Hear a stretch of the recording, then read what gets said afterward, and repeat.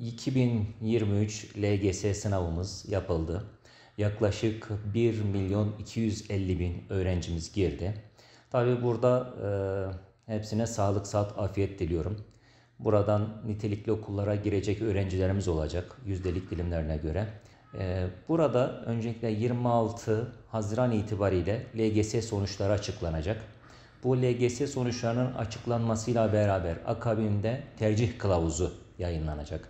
Öğrencilerimiz bu tercih kılavuzuna göre girecekleri okulları yüzdelik diliminden bakacaklar, işaretleyecekler. Şimdi burada tercihler yapıldıktan sonra yine tercih sonuçları açıklanacak. Tercih sonuçlarının akabinde birinci nakiller olacak.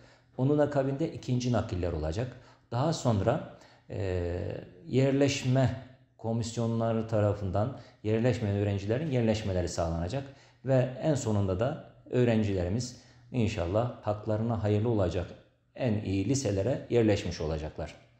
Şimdi biz bu süreci şöyle tanımlıyoruz. Evet, bir öğrencilerimiz emek sarf ettiler. Bir 8 yıllık eğitimlerinin akabinde bir liseye girmiş olacaklar. LGS sonuçları 26 Haziran'da açıklandığında önce öğrencilerimizin almış oldukları puanlar ve yüzdelik dilimleri açıklanacak. Şimdi burada şunun altını çizmek istiyorum. Burada önemli olan puan değil, özellikle yüzdelik dilimler olacak. Çünkü yıllara göre bu puanlar yukarı çıkar, aşağı iner. Ancak yüzdelik dilimlerinde çok öyle aşağı yukarı çıkma dilimi söz konusu olmaz. Bizler tercih kılavuzu açıklandıktan sonra öğrencilerimizin almış oldukları puana göre buradaki tercih listesinden bakacaklar. Diyelim ki öğrencimiz %2'lik dilime girmiş. %2'lik dilimden tercihini hangi okulları tercih edecekse ona bakacak. Şimdi bundan önce yapması gereken 3 şey var. Öncelikle 5 tane yerel yani evine yakın dediğimiz okullardan tercih yapması gerekiyor öğrencimizin. Daha sonra merkezi sınavla öğrenci alan okullarımızdan 10 tane tercih yapacak. Daha sonra da 5 tane pansiyonlu okullardan tercih yapmak suretiyle tercihlerini tamamlamış olacak.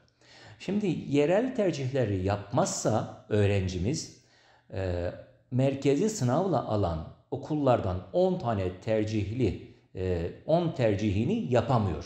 Mutlaka merkezi sınavla alan okullardan önce 5 tane yerel tercih dediğimiz evine yakın olan okullardan tercih yapması gerekiyor.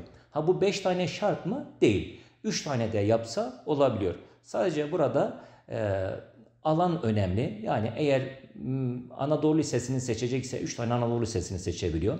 Ya da mesleki teknik Anadolu Lisesi'ni seçecekse mesleki teknik Anadolu Lisesi'ni seçebiliyor. Ya da Anadolu İmam Hatibi seçecekse Anadolu İmam Hatibi seçebiliyor. Orada 3 taneyi seçebiliyor. Daha sonra burada işin içerisine almış olduğu yüzdelik dilimi giriyor. Şimdi burada yüzdelik dilimini ele aldığımızda ilk 10 tercihini nasıl yapacak bir öğrencimiz?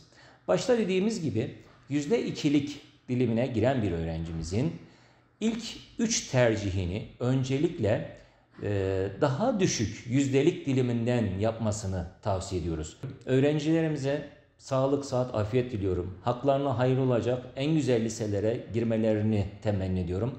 Yani arzu ettikleri liseler tabii ki önemlidir. Ama eğer arzu ettikleri liselere girememişlerse de çok canlarını sıkmasınlar.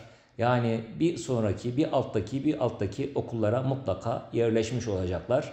Önemli olan bundan sonraki çalışmalarında planlı, programlı ve azimle çalışarak arzu ettikleri, istedikleri üniversiteyi hedeflemeleri gerekiyor.